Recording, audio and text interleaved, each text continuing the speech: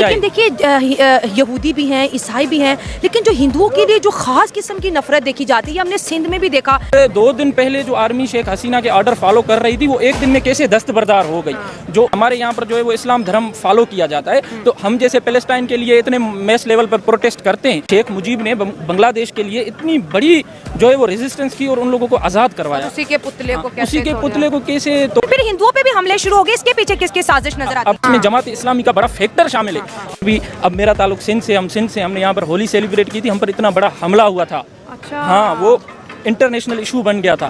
तो हम आप हिंदू हैं। मिनिस्टर नरेंद्र मोदी ने डायरेक्ट बांग्लादेश के निगरान वजीर आजम मोहम्मद यूनुस को वार्न कर दिया है कि वो बांग्लादेश के अंदर हिंदुओं की सेफ्टी को इंश्योर करे। लेकिन फिर हिंदुओं पे भी हमले शुरू हो गए, इसके पीछे किसकी साजिश नजर आती है? अब इस मसले को आपने हमें थोड़ा समझना होगा कि जो शेख हसीना का टाइम पीरियड था, जाहिर सी बात है वो एक डिक्टेटरशिप की तरफ जा रहा था। 15 साल हो गए थे, उसमें बहुत सी पॉलिसीज भी ऐसी हैं जिसको हम जो है वो क्रिटिसाइज कर सकते हैं, पर इसमें जो मंदिरों को या किसी चीज़ को जलाया जा रहा है, तो इस चीज़ को हम सब ने इंडोर्स करना होगा और देखना होगा। ये वही मजहबी इंतहा पसंदी है और इसमें जमात इस्लामी का बड़ा फैक्टर शामिल है। हमने इस चीज़ को तारीख का मुताला करना होगा कि शेख हसीना के टाइम में वहाँ पर जमात इस्लामी बैन थी। तो हमारे यहाँ पर ये जो भी रिलीजियस एक्सट्रीमिस्ट लोग हैं, अब हमें अपनी सोसाइटी से भी लिंक करना होगा। यही खतरात हमें भी लाक है। यहाँ से 2 किलोमीटर दूर पंजाब यूनिवर्सिटी है, वहाँ पर भी अब मेरा ताल्लुक सिंध से, हम सिंध से हमने यहाँ पर होली सेलिब्रेट की थी, हम पर इतना बड़ा हमला हुआ था। अच्छा। हाँ, वो इंटरनेशनल इशू बन गया था। तो हम, आप हिंदू हैं? मैं हूँ सिंधी, पर मैं सिंध से हूँ। हमारे वहाँ पर डाइवर्सिटी ज्यादा है, तो हमें इतना जो है वो मजहबी फर्क नहीं होता है। हाँ, मैं भी सिंध गई हूँ, बिल्कुल। वो होली भी इकट्ठे मनाते हैं, वो दिवाली भी इकट्ठे मनाते हैं, ईद भी इकट्ठे मनाते हैं। सिंध का कल्चर बहुत प्यारा है। ये सिंध की खूबसूरती है। आप अगर सिंध में थरपारकर की साइड चले जाए ना, तो वहाँ पर जो हमारे हिंदू हैं, हम दिवाली, ईद, ये जो भी चीज़ है, ये सूफीज़म का जो कल्चर है वो हमारे सिंध के रगों में, और यही इंसानियत की खूबसूरती है।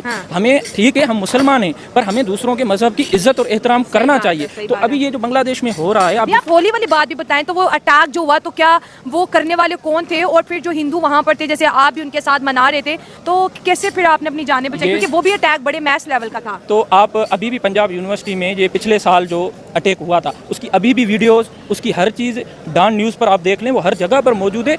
हमें तो अपनी जान का खतरा लाहक हो गया था एक रंग सेलिब्रेट करने की वजह से। जो हमारी काउंसिल में 29 हिंदू लड़के थे, उनके लिए हमने सेलिब्रेट किया। हमें यहाँ पर किसी से कोई भी खतरा लाहक नहीं है, पर ये जो इनकी मैनिफेस्टो में एक एक्सट्रीमिज्म का जो रंग जुड़ा हुआ है, ये इंक्रीज होता चला जा रहा है। इससे तो मुसलमान जो है उन्हें भी डर लगता है यार कि मजहबी एक्सट्रीमिज्म के नाम पर लोगों को जिस तरह से जलाया जा रहा है, दफनाया जा रहा है, और अब तो लोग ये कहते हैं कि बांग्लादेश का हाल भी पाकिस्तान जैसा हो जाएगा। हाँ, तो यही बात है। इसके लिए हमने अपने करिकुलम को इस हिसाब से डिजाइन करना है। आप अगर आज भी ज़िया की पॉलिसीज अपनी किताबों में पढ़ाएंगे, तो आपके यहाँ पर अमन के जो है वो फूल नहीं उगेंगे। आपका मुल्क दिन ब दिन इसी मजहब भी जो है आग के उसमें लपेट में आता जाएगा। अब शेख हसीना ने वहाँ पर जो जमात इस्लामी को बैन किया हुआ था, अब वो लोग, आप देखें, एक वीडियो सामने आई है कि वो जो इस्लामिक मूवमेंट की जो लड़कियां हैं, वो दूसरी प्रोग्रेसिव लड़कियों को एक यूनिवर्सिटी में बांध रही हैं। वो बांध, हाँ। तो मतलब ये है कि आपने एक पॉलिसीज जो होती हैं अपनी स्टेट लेवल वाली, जो भी मजहबी जमातें हैं, तो इस मामले में हिंदुओं का क्या कसूर है? अगर किसी भी मजहब का कोई कसूर नहीं है। हाँ। अगर मुसलमान कहाँ पर माइनॉरिटी में रह रहे हैं, तो उनको भी प्रोटेक्ट किया जाए। हिंदू जहाँ पर माइनॉरिटी में रह रहे हैं, तो उनको भी प्रोटेक्ट किया जाए। देखिए यहूदी भी हैं, ईसाई भी हैं, लेकिन जो हिंदुओं के लिए जो खास किस्म की नफरत देखी जाती है, हमने सिंध में भी देखा, वडेरा सिस्टम में वो जो लैंड माफिया है, तो हमारे हिंदू माइनॉरिटीज में थे माना, लेकिन उनकी जो पॉपुलेशन है सिंध में भी बहुत कम होगी अब तो। एक सबसे पहली बात तो जो हम हिंदुओं के साथ या किसी भी कम्युनिटी के साथ कोई नाइंसाफी करते हैं ना, वो माइनॉरिटी का लफ्ज इस्तेमाल करके। अब जब अपने माइनॉरिटी लफ्ज आपने बयान कर दिया, तो मतलब आपने उनको पहले ही नीचा दिखा दिया। बिल्कुल। तो हिंदू भाई कह दो, सिख भाई कह दो, मुसलमान, अगर कहीं पर मुसलमान, अभी मेरी बात सुनिए, इस मजहब की जो आग इस सदी में लगी हुई है ना, उसने हर मजहब के लोगों को नुकसान दिया हुआ है। अब यहाँ पर आप देखें, वहाँ पर भी कुछ नाम नेहाद लोग होते हैं, यहाँ पर भी कुछ नाम नेहाद लोग हैं जो मजहब का लिबादा ओढ़कर वो लोगों को परेशान करते हैं। तो हमें ज़रूरत है सही तरीके की नॉलेज की, हमें ज़रूरत है चीज़ों को पढ़ने की, हमें ये ज़रूरत है सीखने की कि हमारा मजहब हमारा मसला है, वो किसी और का मसला नहीं है। बात है, रिलीजन अपना अपना। ये चीज़ें हमें बोलने की हद तक नहीं, प्रैक्टिकलिटी के हद तक हमें इम्प्लीमेंट करनी होगी।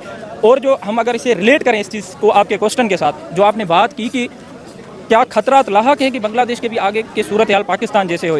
हाँ, खतरात ये बिल्कुल लाहक हैं। अगर उधर भी आर्मी ने पूरा कंट्रोल्ड इलेक्शन जल्दी नहीं करवाए और यही फोर्सफुली चीज़ें चलती रही, अवामी लीग के लोगों पर इसी तरह से तशद्दुद चलता रहा और मजहबी हमान की जो अभी डिस्टर्ब लगी पड़ी है ये इसी तरीके से डिस्टर्ब हो गया, तो यहाँ से भी वर्स्ट सूरत हाल सामने आ सकती है। और ये हिंदू लड़कियों को टारगेट जो करते हैं, इसके पीछे ज़्यादातर वजह ये कि हिंदू लड़कियां नहीं बचेंगी तो हिंदू नस्ल भी आगे नहीं बढ़ेगी।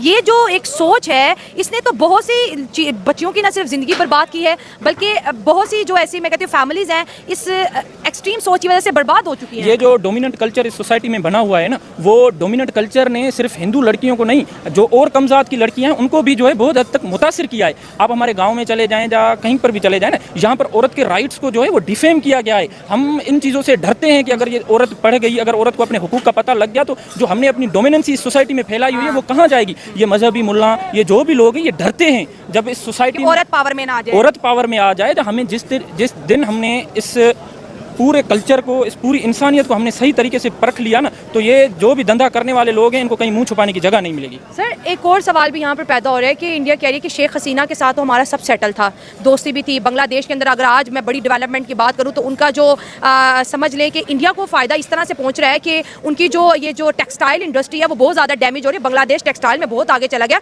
और कम से कम 25% ऑर्डर जो है इंडिया को मिलना शुरू हो गया, क्योंकि उनकी इंडस्ट्री तो बंद है, तो वो ऑर्डर इंडिया में जाएगा तो इंडिया का टेक्सटाइल भी ग्रो करेगा। इस बात में जो है ना, तो हमें तस्वीर के दोनों रुख को देखना होगा। जो शेख हसीना की 15 साल की हुकूमत थी ना, उन्होंने भी अवाम के कुछ राइट्स को जो है वो इन्फ्रिंज किया, जिसके लिए हमें बगावत का ये जो सामना करना पड़ा। हाँ, बाकी जो आपने बात की उन्होंने तरक्की भी की, ऐसी भी नहीं, शेख हसीना की कुछ पॉलिसीज़ अच्छी भी थी। तो ये वही बात है जो हमने पिछली मरतबा की थी कि आप जब तक लोगों की राय का एहतराम नहीं करेंगे तो आपके खिलाफ बगावत होगी। और बांग्लादेश का वही सामना हुआ जिसका अभी फ़ायदा किसी और हाथों में जाएगा। ये क्रॉस बॉर्डर टेररिज्म की भी इंडिया बात कर रहा है कि हो सकता है कि अब शेख हसीना के बाद वहाँ पर क्रॉस बॉर्डर टेररिज्म हो, दहशतगर्द इंडिया की तरफ जाएं, क्योंकि जैसे आपने पहली बड़ी खूबसूरत बात की कि जमात इस्लामी को शेख हसीना ने बैन किया था, आज वो भी पावर में आ गया। तो इंडिया में दहशतगर्दी हो सकती है या पाकिस्तान में हो सकती है, कुछ ऐसे असरात दिख रहे हैं, क्या सोचे आपकी इस मामले में? तो ये तो एक सही बात आपने की है कि खिते में जो भी चेंज आती है तो उसका सराउंडिंग में असर पड़ता है। जाहिर सी बात है, हम एशिया में रहते हैं तो लिंकेज हैं, जैसे बांग्लादेश के इंडिया के साथ है और हमारे साथ भी कहीं ना कहीं लिंकेज है। पहले तो हम दो ही भाई थे ना, आपस में एक थे, फिर हम दो हो गए, तो इसके जाहिर सी बात है खिते पर असरात तो पड़ेंगे। पर फिर वही बात है कि अवाम ने होश के नाखून लेने होंगे, अवाम ने ये चीज़ें समझनी होगी कि अवाम ने किसी के हाथों यूज़ नहीं होना चाहते। हम तो ये चाहते हैं कि वहाँ पर जो है वो जल्दी डेमोक्रेटिक गवर्नमेंट आ जाए जिसमें अवामी राय शामिल हो। अगर पाकिस्तान की तरह वहाँ पर एक कंट्रोल्ड हुकूमत राइज हो गई तो उसके नतीजे बहुत भयानक निकलेंगे, जिसमें मजहबी जमातें या कोई और किस्म की जैसे थर्ड पार्टी इन्फ्लुएंस है, तो ये बांग्लादेश के लोगों के लिए काफ़ी बड़ी डिस्टर्बेंस खड़ी हो जाएगी। दुनिया वॉर की तरफ नहीं जा रही अब दुनिया तो, अब मैं आपको एक बात बताऊं, ये जो 21वीं सदी है ना, ये जंग की सदी नहीं है। हमें सबसे पहले ये चीज़ें जहन में रखनी होगी, ये डायलॉग की सदी है। जो भी मुल्क डायलॉग पर यकीन करते हैं वो तरक्की करेंगे। जंग आजकल देखें ना, पहले मुल्क जो है वो एटॉमिक कंट्रीज नहीं हुआ करते थे, आज हर मुल्क अपनी ताकत रखता है, अपनी एटॉमिक पावर रखता है। तो ये सदी है डायलॉग की सदी है, तो जिसने डायलॉग किए वो आगे जाएंगे। बाकी जंग तो फिर देखें, जंग तो खतरा होता है। तो सर ये जो मोहम्मद यूनिस, ये जो निगरान वजीर आज़म आए हैं इंटरिम गवर्नमेंट के अंदर, तो क्या ये हिंदुओं को प्रोटेक्शन देने में कामयाब हो जाएंगे या फिर इंडिया को कोई और हरबा आजमाना पड़ेगा? सबसे पहले ये बात है, अगर राइट्स की जहाँ पर बात है तो देने चाहिए उनको। अभी तो वो आज आए हैं ना, देखें वो क्या पॉलिसीज़ बनाते हैं। इस चीज़ पर तो हम बाद में बात कर सकते हैं, इस पर बाद में डिबेट कर सकते हैं। पर हर शऊर रखने वाला जो लोग हैं, हर समझदार लोग ये चाहते हैं कि राइट्स दिए जाएं। आपको किसी से भी खतरा लाहक नहीं होना चाहिए। आपने उन लोगों को राइट्स देने होंगे जो उनके कॉन्स्टिट्यूशनल, जो उनके इंसानी तौर पर जो उनके राइट्स बनते हैं। हर मज़हब के पास प्रीच करने की, हर मज़हब को अपनी आज़ादी होनी चाहिए। तो हम तो ये चाहते हैं और हम ये चाहते हैं कि ये जो हालात। राम राम सारे दोस्तों को।